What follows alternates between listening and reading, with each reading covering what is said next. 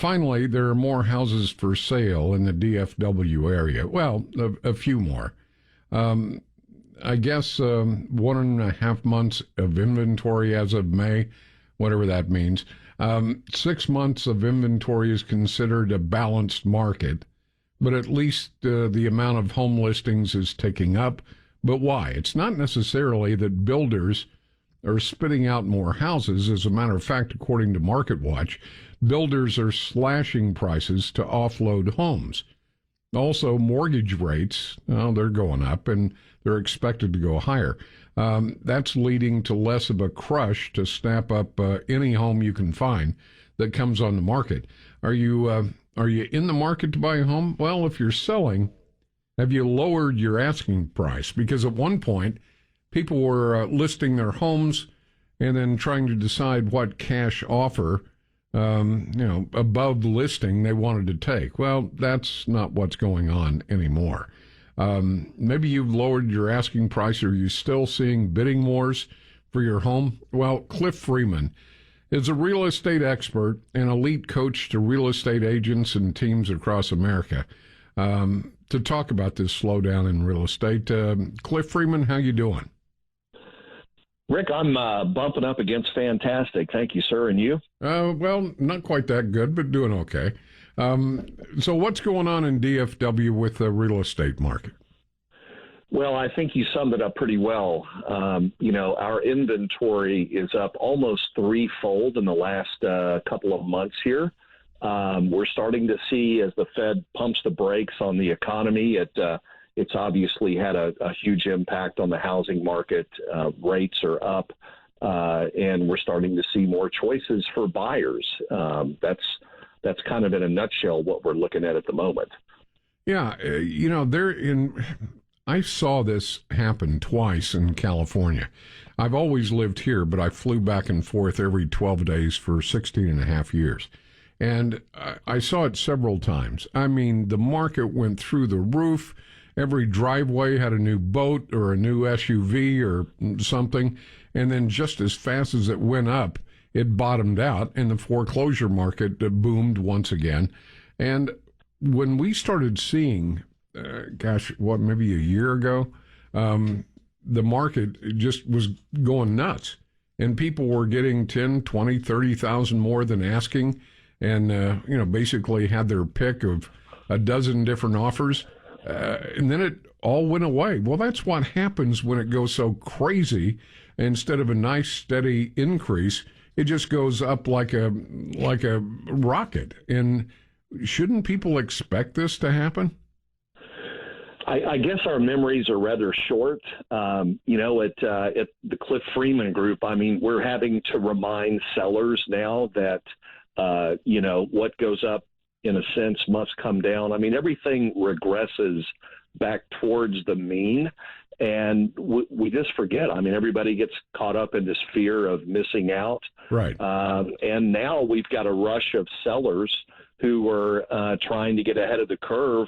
Seasonally, Rick, July 4th tends to be the point where we move from that spring and summer buying season looking more into the fall and winter. So we typically see prices and inventories start to decrease at this point. But we've actually still got, inventory after the 4th was up. And again, I think that we've just got sellers now thinking, holy cow, if I don't get my house on the market, I could have missed the peak. And I think indeed that's somewhat justified here. Yeah, I think you're right. And I think depending on the area, you've already missed the peak. As an oil and gas attorney, when I started to phase out of that, I staffed and trained personnel for the foreclosure divisions of First American Heritage, Stewart, Chicago, Ticor, a bunch of them, all over the United States.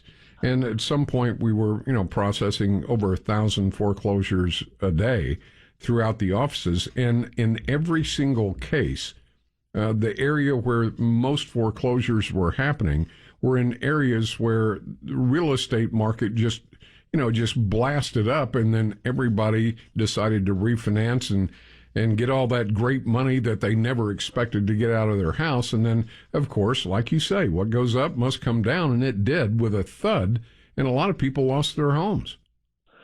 That's I lived through that. I've been in the business about 35 years, and it's interesting now. We've got a whole new generation of people who think 5% is a high interest rate.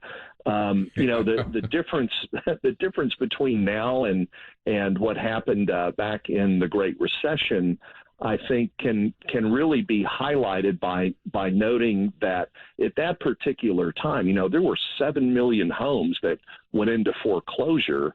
About 1 million of those were related to goofy loans, payment option arms, the Nina, the Pinta, the Santa Maria loans, we used to call them, the no income, no asset, and so forth. But today, we actually have a little bit of a different situation, particularly in our area. House prices are up substantially here, 22% year over year, and probably about 43% over the past 24 months. So there's a lot of equity here. I think the big question here that everybody would love to have an answer to is, will the Fed continue to pump the brakes and potentially push us into a recession where we see job losses and contraction? We're already technically, I think, in a recession, but how bad could it get? Yeah, I do. I don't think it's a matter of if. I think we're already there. The only question to be answered is, are we going to have a protracted, lengthy recession, or will we have a soft landing? That's the only thing I'm looking at. No, absolutely. And, as far as the housing market goes, I think the likelihood people who are still thinking that house prices are going to continue to go up from this point may have a day of reckoning. And I think that we're going to be pretty constrained on any price growth for the next 12 to 24 months. We've got to get this supply and demand imbalance to settle out a little bit. And gosh, there are just so many unknowns and so many different things that are happening this time compared to what happened, 12 years ago, 14 years ago. Right. And I think, if you look at this pragmatically, we've got supply chain issues which affect construction. We've got the Fed trying to forego a recession that I think we're already in by raising interest rates, and that's a balancing act. It reminds me of on TV, that guy that used to spin the plates on the poles without letting them drop. I mean, that's really what, when you raise interest rates to try and offset inflation, man, that balance has got to be perfect, or you will plunge us into a much deeper recession. All of those things should probably not be good news for sellers. Absolutely. And, as late as the Fed waited to really take action here, it's had an amplified effect on things. They've had to take much, bigger rate hikes, and it's really a gut punch to the economy now, especially with, as you mentioned, the supply shortages and supply chain problems, and I mean, gosh, just look at the used car market as another example. I mean, it's not just housing. You're right. Well, to wrap this, some advice to sellers and some advice to buyers. Go ahead. Yeah, sure. If you have to sell, I would recommend sooner rather than later, just because we do run that risk. The great unknown is where interest rates are headed. I mean, just since the beginning of the year, buyers who will borrow money to buy a home have lost about 20% of their buying power. Rick, for every 1 percentage point that rates go up, they lose about 10% of their purchasing power. So, time is of the essence here. And then as far as buyers go, I would suggest that, and if you may want to just float for a little while here and wait and see what happens. And if you don't need necessarily to have, a home that you're going to live in, I would really consider waiting on second home purchases and discretionary purchases. If you've got a home, you've got to have a home for your family. If you're going to be in it 7 to 10 years, your risk of losing money on it is very much mitigated because of how long you're going to hold it. But I think people that have a shorter horizon really need to take a close look at their motivation and decide if the math is really, if now is the time for them at these prices and rates to make that purchase decision. Yeah, I couldn't agree with you more.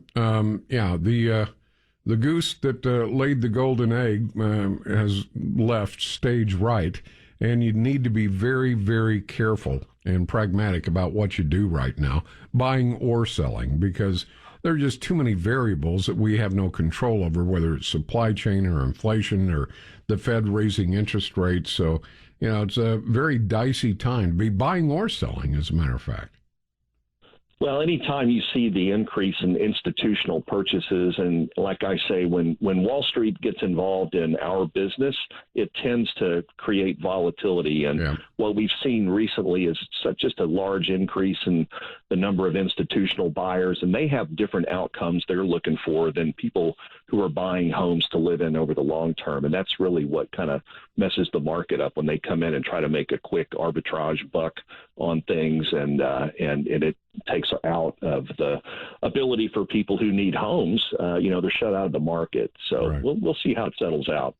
Cliff Freeman, real estate expert and elite coach to real estate agents and teams across America. We appreciate your time, and I guess if you take anything away from that segment, buying or selling, be very, very careful. There are too many variables out of your control, too many things that could basically change the entire landscape.